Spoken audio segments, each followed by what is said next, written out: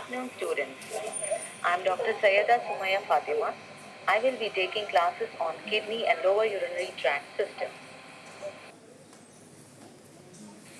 The outline of the classes would be clinical manifestations of renal disease, glomerular diseases, tubular diseases, cystic diseases, urinary outflow obstruction, and renal tumors. Today, at the end of the session, we should be able to understand functions of kidney, the clinical features of kidney diseases, nephrotic syndrome, and introduction to glomerular diseases. As we know, kidney is a structurally complex organ that has evolved to carry out a number of important functions.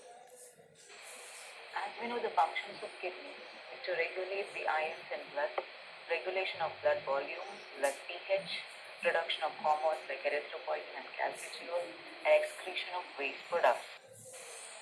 The components of renal system are blood vessels, glomeruli, tubules, and interstitium. Now, before going to the clinical manifestations, I would like you to know few terminology like azotemia and uremia. Azotemia refers to an elevation of blood urea nitrogen and creatinine levels as a result of decreased glomerular filtration rates. It can either be pre-renal or post-renal with when this azotemia progresses to clinical manifestations and systemic biochemical abnormalities, it is called uremia. Therefore, uremia is not just failure of renal excretory function but also metabolic and endocrine alterations. So now let us begin with the clinical features. The first being acute nephritic syndrome, which is a glomerular syndrome which is with acute onset of grossly visible hematuria, mild to moderate proteinuria, azotemia, edema, and hypertension. It is a classic presentation of acute post-streptococcal glomerulonephritis. The next entity is the nephrotic syndrome. It is also a glomerular syndrome characterized by heavy proteinuria, where there is excretion of more than 3.5 grams of protein per day, hypoalbuminemia, severe edema, hyperlipidemia, and lipiduria, that is, lipids in urine. So, the clinical picture would be, because of proteinuria, there is weight gain and puffy face. Because of hypoalbuminemia, there is ascites. Proteinuria can either be selective or poorly selective. Selective wherein low molecular weight proteins are lost like albumin and transferrin, or it could be poorly selective wherein even the high molecular weight globulins are lost. Hyperlipidemia is because of increase in cholesterol, LDL, VLDL, lipoprotein and apoprotein with decrease in HDL. This could be either because of increased synthesis of lipoproteins in liver or abnormal transport of lipids or their decreased catabolism. Leakage across the glomerular capillary wall causes lipiduria. Individuals with nephrotic syndrome are susceptible to infection as there is loss of immunoglobulins and loss of low molecular weight components in urine. Loss of antithrombin 3 leads to decreased antiplasmin activity, leading to thrombotic and thromboembolic complications. Now, the causes of nephrotic syndrome, it could either be primary or secondary. Primary are lipoid nephrosis, which is most commonly seen in children, membranous glomerulonephritis, focal segmental glomerulonephritis, membranoproliferative glomerulonephritis. Secondary causes include diabetes mellitus, amyloidosis, SLE, certain drugs, and infections. Let us know the difference between acute nephritis and nephrotic syndrome. Acute nephritis clinically, we see hematuria, edema, hypertension, and oliguria. Whereas in nephrotic syndrome, it is characterized by heavy proteinuria, hypoalbuminemia, edema, and hyperlipidemia. Acute nephritis, 90% is post-infection and immune complex deposition, whereas nephrotic syndrome, 90% of cases are idiopathic. Acute nephritic syndrome, it attacks only once, whereas relapses are common in nephrotic syndrome. Pathogenesis in acute nephritis is due to immune complex deposition. In nephrotic syndrome, there is retraction of epithelial foot process. Among the lab findings, urine will be showing albumin, hematuria, and RBC cast, whereas nephrotic syndrome shows selective proteinuria with no RBC. Blood urea and creatinine is raised in acute nephritis, whereas nephrotic syndrome will have a normal blood urea and creatinine. This is a picture depicting the major differences between nephritic and nephrotic syndrome. Now, about the minimal change disease or lipoid nephrosis. So, lipoid nephrosis is the most frequent cause of nephrotic syndrome in children. Peak incidence is observed in 2 to 6 years of age. It usually follows respiratory infection or immunization and response to corticosteroid therapy. The etiopathogenesis of lipoid nephrosis or minimal change disease is thought to be of an immunologic basis. This was observed because it is associated with respiratory infections and immunization. It is its dramatic response to steroids, association with other atopic disorders, its increased incidence with Hodgkin's disease. So, this immune dysfunction of the T cells causes cytokine-like circulating substances, which affects the visceral epithelial cells and increases the glomerular permeability. On morphology, that is light microscopy, the glomeruli are normal, just there is lipid laden in the proximal collecting tubule. On electron microscopy, the basement membrane is normal with no electron dense deposits. What we see is a characteristic loss or effacement of foot process in the visceral epithelial cells. Immunofluorescence shows no immune or complement deposits. This is the H&E microphotograph showing normal basement membrane with absence of proliferation. This is the glomerular basement membrane, which is normal.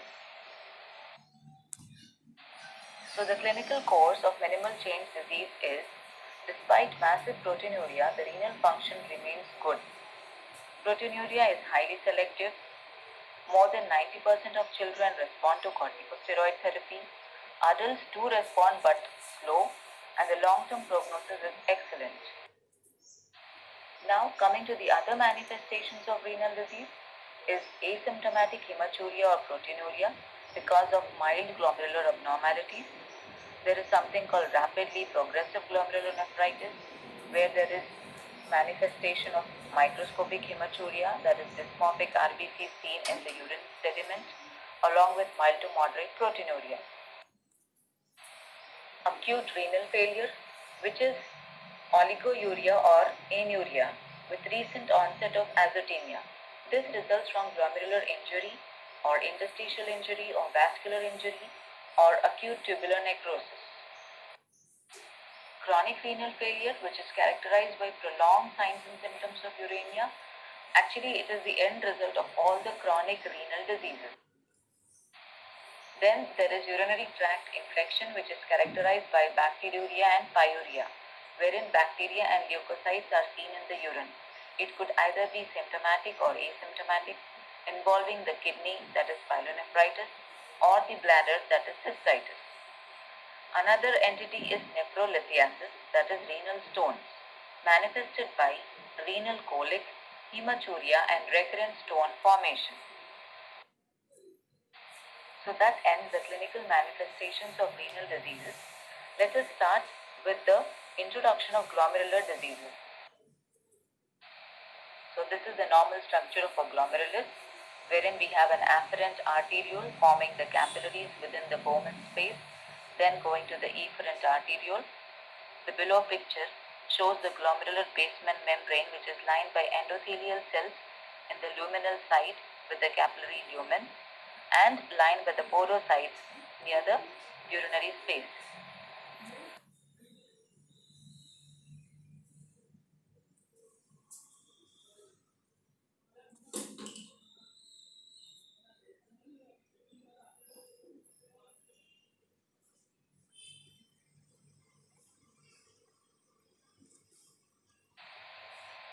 the electron microscopic picture of the glomerular basement membrane depicting the endothelial cell at one side and the pedicle of the podocyte in the urinary space with the fenestration.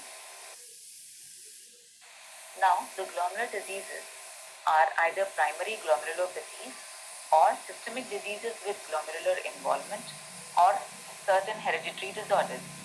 Primary glomerulopathies include acute proliferative glomerulonephritis, rapidly progressive glomerulonephritis, membranous nephropathy, minimal change disease as we had learned about lipoid nephrosis, focal segmental glomerulosclerosis, dense deposit disease, IgA nephropathy, and chronic glomerulonephritis. There are certain systemic diseases like diabetes mellitus, amyloidosis, SLE, vaginal granulomatosis, etc., which are associated with glomerular involvement. And hereditary disorders such as Alport syndrome, Fabry's disease are also associated with glomerular involvement. So now, how do these clinically manifest? Now, there are certain glomerular syndromes which have certain manifestations. Like for example, the nephritic syndrome, which we have already seen, manifests with hematuria, azotemia, visible proteinuria, and hypertension. There is rapidly progressive glomerulonephritis, which has an acute nephritis with acute onset of renal failure. Nephrotic syndrome with massive proteinuria more than 3.5 grams per day, hypoalbuminemia, hyperlipidemia, and lipiduria. Chronic renal failure, it shows azotemia which is progressing for months to years. And certain isolated urinary abnormalities, they show glomerular hematuria or they can have subnephrotic proteinuria.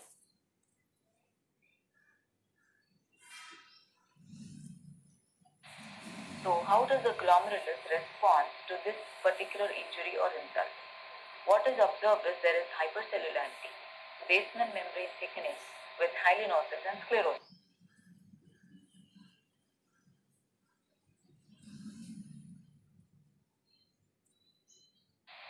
So hypercellularity is evidenced by proliferation of mesangial or endothelial cells with infiltration of leukocytes. This together is called as endocapillary proliferation. There is something called formation of crescents, wherein there is accumulation of these proliferative glomerular epithelial cells and infiltrating leukocytes. So in the basement membrane thickening, this can be evidenced on light microscopy as well as electron microscopy. For light microscopy, it is best seen with the PAS stain, whereas electron microscopy, it reveals either deposition of electron-dense material that is seen because of immune complexes, fibrin, amyloid or cryoglobulins, or there is increased synthesis of proteins as seen in diabetes mellitus, or formation of additional layer of these bone basement membrane matrices that is seen in the membrane of proliferative glomerulonephritis. Then what we observe is hyalinosis and sclerosis. Hyalin is extracellular amorphous material composed of plasma proteins. On light microscopy, it is seen as a homogeneous eosinophilic material. It is the end result of various forms of glomerular damage. Then we also see sclerosis, which is nothing but deposition of extracellular collagenous matrix, which is characteristically seen in diabetic mellitus glomerulosclerosis. Now, coming to the pathogenesis of glomerular diseases. The immune mechanisms of glomerular injury can either be antibody-mediated injury or cell-mediated injury or activation of alternative complement pathways. Now, this antibody-mediated injury is either an in situ immune complex deposition or it could be the circulating immune complex deposition. This is a picture demonstrating the glomerular basement membrane with immune complex deposition. A circulating immune complex deposition is seen as subendothelial deposit, whereas an in situ is seen as within the endothelium. Examples are antiglomerular basement membrane nephritis or Hayman nephritis.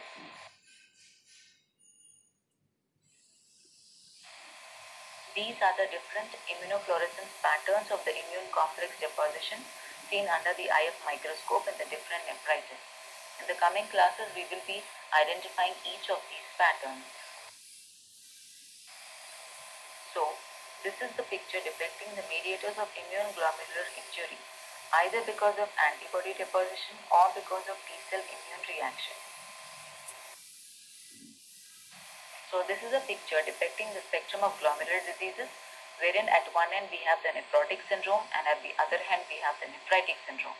Nephrotic syndrome, there is heavy proteinuria, whereas nephritic syndrome, there is gross hematuria.